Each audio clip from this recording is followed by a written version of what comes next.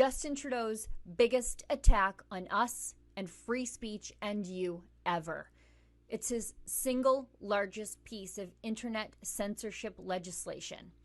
It's his long-promised online hate law, and it's going to control everything you see and say on the internet under threat of criminal prosecution, up to life in jail, and extreme financial penalties.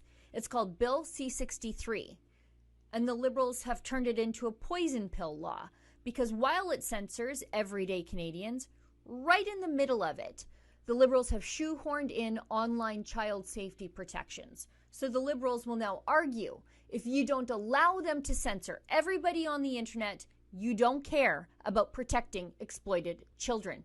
It's so cynical and so disgusting. And there are already laws for that. The Liberals could continue to legislate on those issues without controlling everybody else. But that's the real goal here. This is about going after Trudeau's online critics, including me and Rebel News, and of course, all of you. This law creates not one, not two, but three bureaucracies of censorship. There's the Digital Safety Commission, the Digital Safety Ombudsman, and the Digital Safety Office. It creates a new and unique hate crime offense for those guilty of uttering hate speech, which they have yet to define in the legislation. Right now, hate is an aggravating factor when considering punishment, but it's not a specific crime. There's a new, as I said, standalone hate crime offense that would apply to every offense in the criminal code and any other act in Parliament, allowing penalties of up to life imprisonment to denounce and deter, as the Liberals say, hateful conduct as a crime in itself, rather than an aggravating factor to help determine an appropriate sentence. Here's what the law is going to do. It's going to raise the maximum punishments for the 4 hate propaganda offenses from 5 years to life imprisonment. There's a new peace bond designed to prevent hate propaganda offenses and hate crimes. It also adds a definition of hatred to Section 319 of the Criminal Code to help people, as the Liberals say, understand what hatred means and what it does not mean.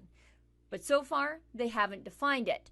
They're also putting hate speech back into the Human Rights Code, which means that you could be financially compensated or forced to financially compensate someone whose feelings have been hurt by what you posted online. The new provisions will specify that posting hate speech online is discrimination. The new provisions will also so-called empower people to file complaints against the person posting the so-called hate speech at the Human Rights Commission. The new law will also allow the Human Rights Tribunal to adjudicate disputes and order the poster of the so-called hate speech to remove the hate speech, again, undefined, and compensate the victims identified in the hate speech of up to $20,000.